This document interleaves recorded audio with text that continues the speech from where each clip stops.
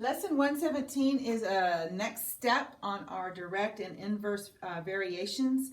So if you recall how we set those up, this is so easy. The only difference is one of the variables is squared, and so this is not hard. It's just a little baby step in addition to what you were doing before.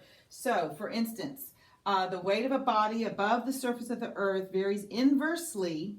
So that means we're going to use the fraction form of the square of the distance from the body to the center of the earth. And so if the body weighs 10,000 pounds at a distance of 5,000 miles from the center of the earth, how much would it weigh at 50,000 miles? And so we solve it, and then we plug in a new number, just like we did last time, but there's a squared involved. And so that would be, so if it says, if the body weighs 10,000 pounds, so our weight is 10,000 pounds,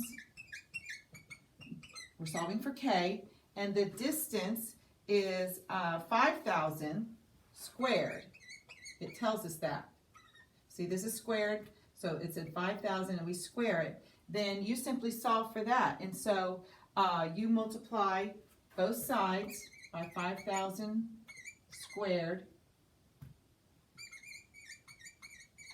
That cancels it out on this side, and you multiply that and you get, I'm just going to let them tell us, so that would be equals K.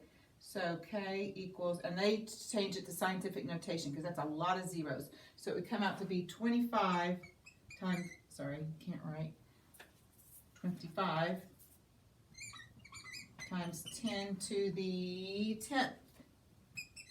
That's what K equals. And so if I multiply 5,000 squared times 10,000, so what is 5,000 squared? 5,000 raised to the second power is 25 million. 25 million. So 25, 0, 0, 0, 0, 0, 0 times 10,000. You see that? 1, 2, 3, 4, 5, 6, 7, 8, 9, 10. That's why it's 25 to the 10th. So that's our K. Okay? Now it says, what would it be? Where's my question here? Go back to my example. How much would it weigh if it was 50,000 miles from the center of the earth? So that would change the distance to 50,000 instead. And so that would change the weight. So you plug in the new numbers and you would divide and you would get the answer. And so you're going to have only one problem to do, and it's going to be just like that. You plug in the numbers and then solve for the next level. You can do this. We're so close, and you're doing this right.